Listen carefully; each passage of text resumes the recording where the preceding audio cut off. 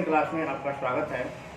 11th class में हम लोग कल यानी लेक्चर 7 में पढ़े थे 1.1। बहुत सारे क्वेश्चन उसमें किए थे, लगभग सभी क्वेश्चन कर दिए थे। अब उसके बाद आगे है परिभाषा पर आधारित 1.2 चैप्टर। ठीक है, 1.2 चैप्टर में हम लोग आते हैं प्रश्न संख्या पहला पर। देखिए क्या कह रहा है, इसमें बोला है कि निम्न में कौन रिक्त समुच्चय का उदाहरण है। हमको बताना है कि कौन रिक्त समुच्चय है, यानी आपको 1 2 3 4 5 को दिया है क्वेश्चन, 4 क्वेश्चन दिया है, आपको ये बताना है कौन रिक्त समुच्चय है। तो रिक्त समुच्चय का आपको परिभाषा बतलाया था, ठीक है, कि कौन रिक्त होगा। तो वैसा समुच्चय जिसमें एक भी अव्यय न हो, हम एक भी अव्यय न खोज पाए, वैसे समुच्चय को क्या बोलते हैं, रिक्त समुच्चय बोलते हैं। जैसे उदाहरण में हम बताए थे अमरणशील व्यक्तियों का समुच्चय। ऐसे व्यक्ति का नाम नहीं लिख सकते जो अमरणशील हो, जो मर नहीं सकता है, कोई नहीं लिख सकता है, तो हम कहेंगे क्या है, ये रिक्त समुच्चय है। रिक्त समुच्चय को आप लोग समझाए थे फाई द्वारा, या मझोला कोष्ठ खाली रहेगा, कुछ रहेगा नहीं, फाई यानी लिख देंगे फाई, या इसी को मझोला कोष्ठ द्वारा हम रिक्त समुच्चय को क्या करते हैं, सूचित। तो याद रखिए रिक्त समुच्चय तभी है जिसको हम बोलते हैं एम्प्टी सेट या नल सेट बोलते हैं। ये तभी हो सकता है जब इसमें एक भी अव्यय हमें न मिले। ठीक है, बस ध्यान देना है। पहला आपका क्वेश्चन है, देखिए इस पे 2 से भाज्य में, 2 से कटने वाला, 2 से भाज्य विषम प्राकृत संख्याओं का समुच्चय। विषम संख्या क्या होता है, 1 होता है, 3 होता है, 5 होता है, 7 होता है, 9। यानी जो ये समुच्चय है वैसे समुच्चय खोजिए, विषम संख्या होनी चाहिए। क्या होनी चाहिए, विषम।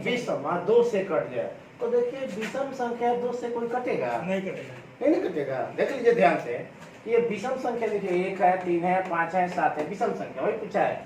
2 से भाज्य विषम प्राकृत संख्याओं का समुच्चय। तो ऐसी कोई विषम संख्या नहीं है जो 2 से क्या करे, कट जाए, तो हम कहेंगे क्या, ये रिक्त समुच्चय नहीं है, रिक्त समुच्चय है।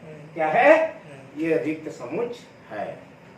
अब जरा देखिए दूसरा, समअभाज्य संख्याओं का समुच्चय। समअभाज्य संख्या, अभाज्य भी हो, सम हो, तो याद रखिए 2 सम भी होता है और क्या होता है, यह अभाज्य भी होता है।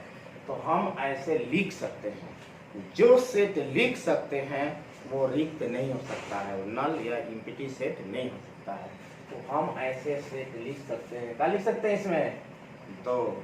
ठीक है, क्योंकि सम भी है और अभाज्य भी है। अतः हम कहेंगे अभाज्य संख्या किसे कहेंगे, जो स्वयं और 1 से छोड़कर किसी अन्य संख्या से कटे तो उसे हम भाज्य संख्या कहते हैं।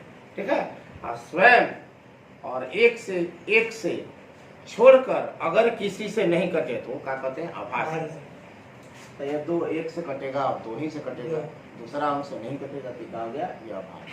हम ऐसे लिख सकते हैं, तो ये क्या है आपका रिक्त समुच्चय नहीं है। तीसरा, एक से पढ़ते हैं, एक प्राकृत संख्या तरह के 1 से छोटा हो 5 से, और फिर कहता है 1 से बड़ा हो 7 से। यानी कहने के 1 से छोटा भी हो जाए 5 से, और 7 से बड़ा हो जाए, तो ऐसा नहीं हो सकता है। ठीक ना, ये ऐसी संख्या हम नहीं लिख सकते हैं कि 1 का हो कि 5 से छोटा हो जाए और फिर कह रहा कि 7 से बड़ा हो जाए, तो हम कहेंगे क्या है, ये भी रिक्त समुच्चय है।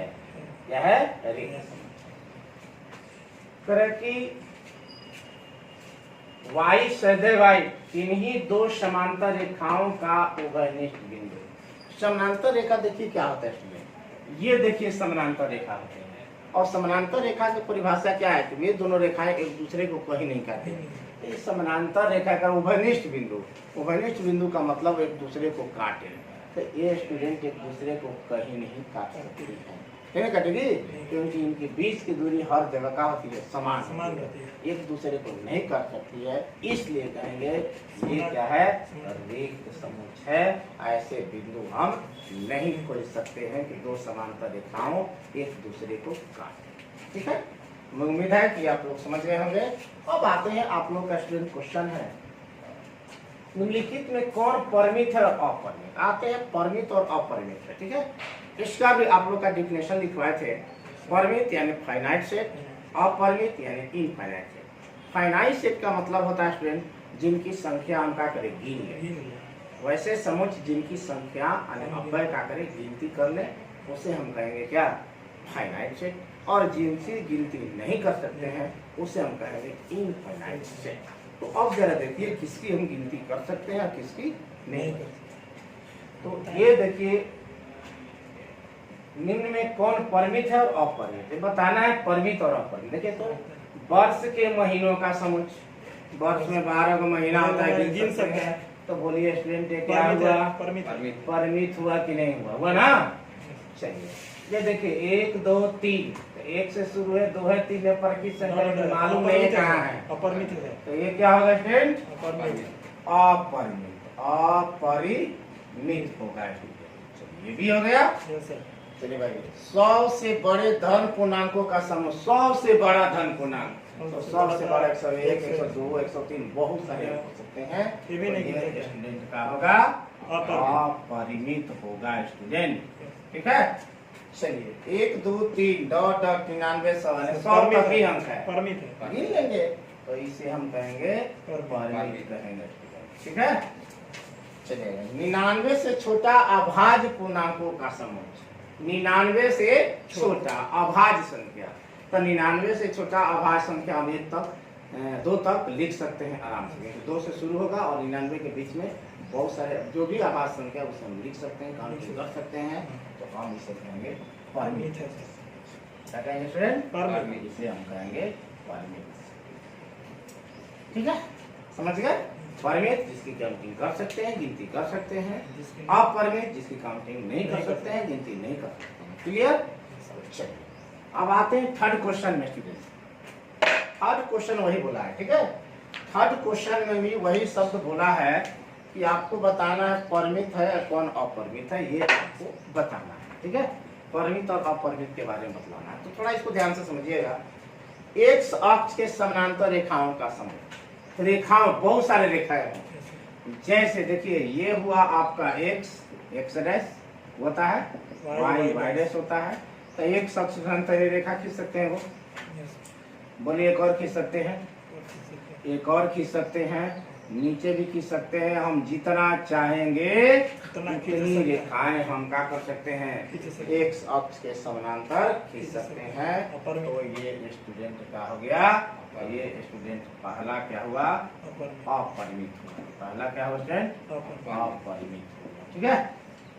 दूसरा पर आते हैं स्टूडेंट, अंग्रेजी वर्णमाला के अक्षरों का समूह। आप लोग काउंटिंग कर लीजिएगा आराम से। अंग्रेजी वर्णमाला के अंग्रेजी वर्णमाला के अक्षरों का समूह, आप लोग आराम से काउंटिंग कर लेंगे तो ये क्या हो जाएगा स्टूडेंट, परिमित होगा। चलिए समझ रहे हैं आप लोग। तीसरा, उन संख्याओं का समूह जो 5 के गुणज है, यानी वैसी संख्या लिखना है जो 5 का गुणज है।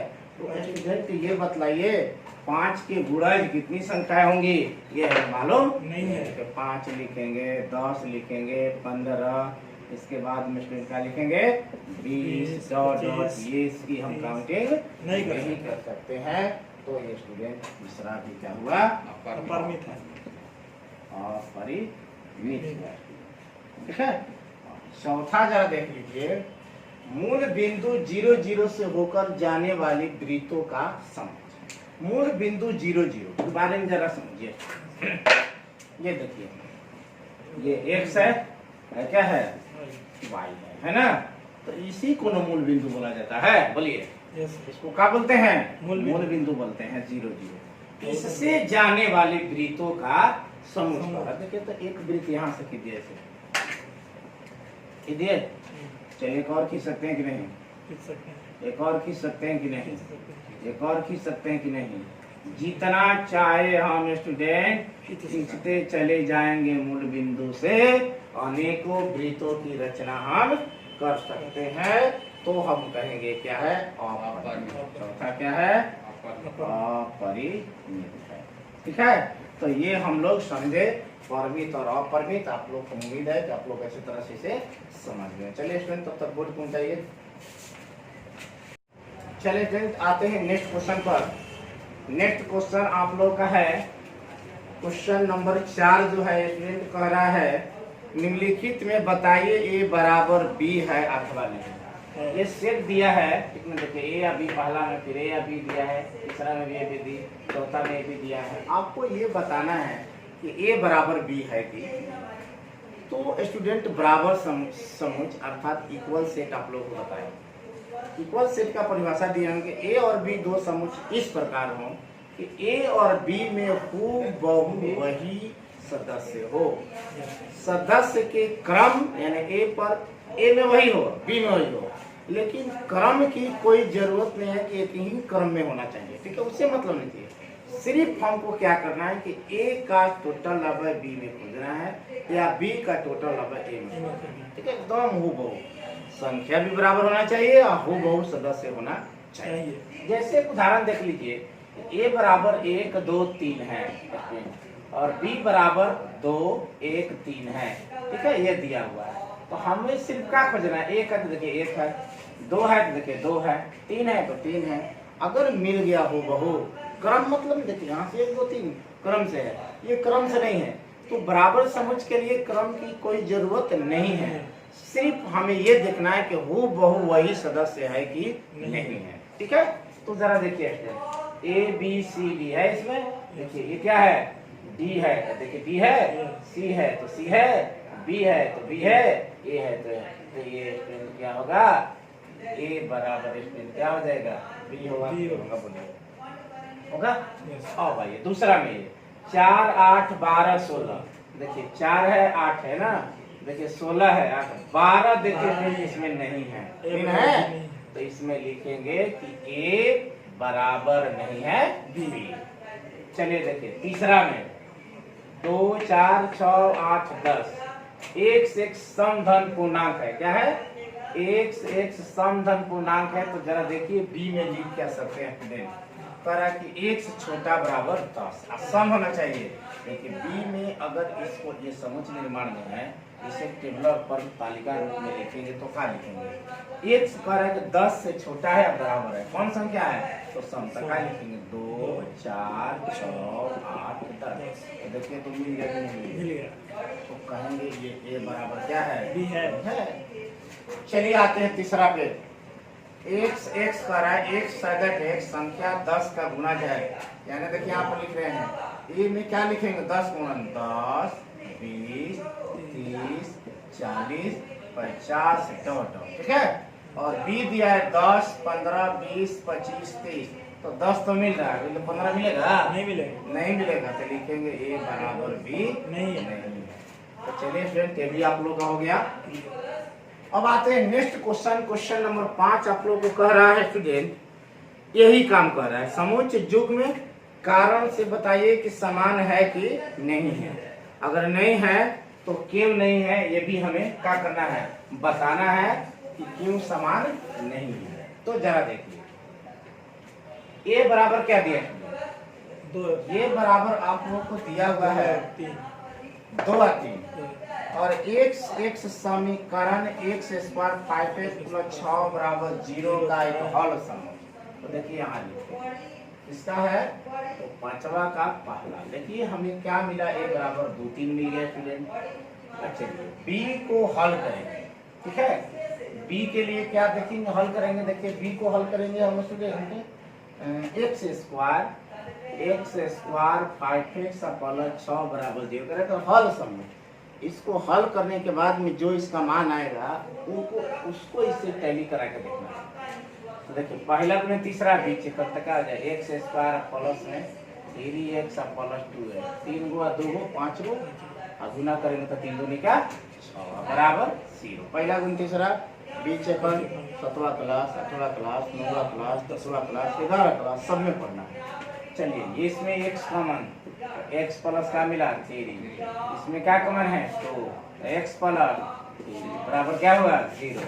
देखिए x + 3 मिल गया, x + 2 बराबर 0। यदि लेके चलेंगे स्टूडेंट तो x + 3 बराबर 0, x बराबर क्या मिलेगा -3। फिर यदि लेके चलेंगे x + 2 बराबर 0, तो x बराबर क्या मिलेगा -2।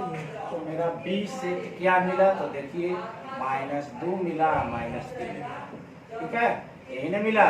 तो जरा देखिए इसमें क्या है, 2 दो 3 तीन। प्लस में है, इसमें माइनस इसमें क्या है, माइनस तो लिखेंगे क्या, ए बराबर बी नहीं नहीं है, नहीं क्लियर, ए बी के बराबर नहीं है। वो बहु मिलना चाहिए, क्योंकि यहाँ देखिए प्लस में माने माइनस माने वो बहु नहीं मिल रहा है। तो चलिए अब आते हैं, तो इसमें क्या हुआ, ये ना चल रहा है पहला। दूसरा जरा देखिए इसी का, किसका, पांचवा का ही दूसरा देख लीजिए।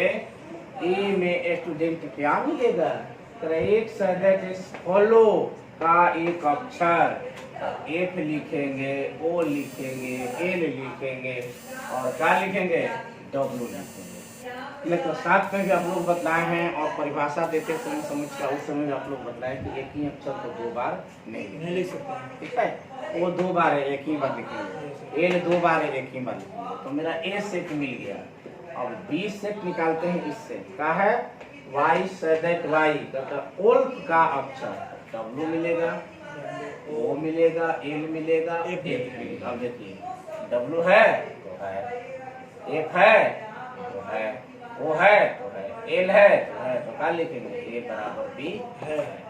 ठीक है, तो ए बराबर बी हम लोग खोजेंगे।